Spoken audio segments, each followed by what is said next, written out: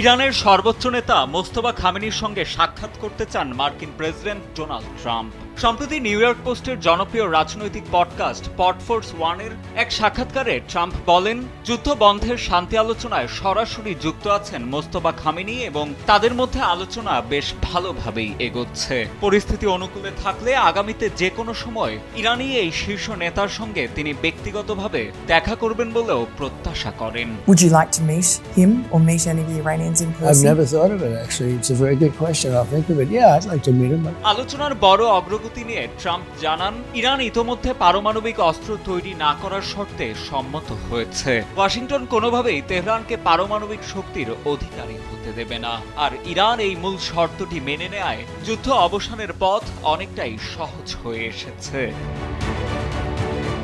গত 28 ফেব্রুয়ারি ইরানের পারমাণবিক কর্মসূচি ধ্বংস এবং নিরাপত্তা হুমকির অজুহাতে দেশটিতে যৌথ হামলা চালায় যুক্তরাষ্ট্র ও ইসরায়েল। বর্তমানে পাকিস্তানের মধ্যস্থতায় যুদ্ধক্ষেত্রে সাময়িক বিরতি চলছে এবং একটি স্থায়ী শান্তি চুক্তির জন্য দুই পক্ষের মধ্যে কূটনৈতিক প্রচেষ্টা অব্যাহত রয়েছে।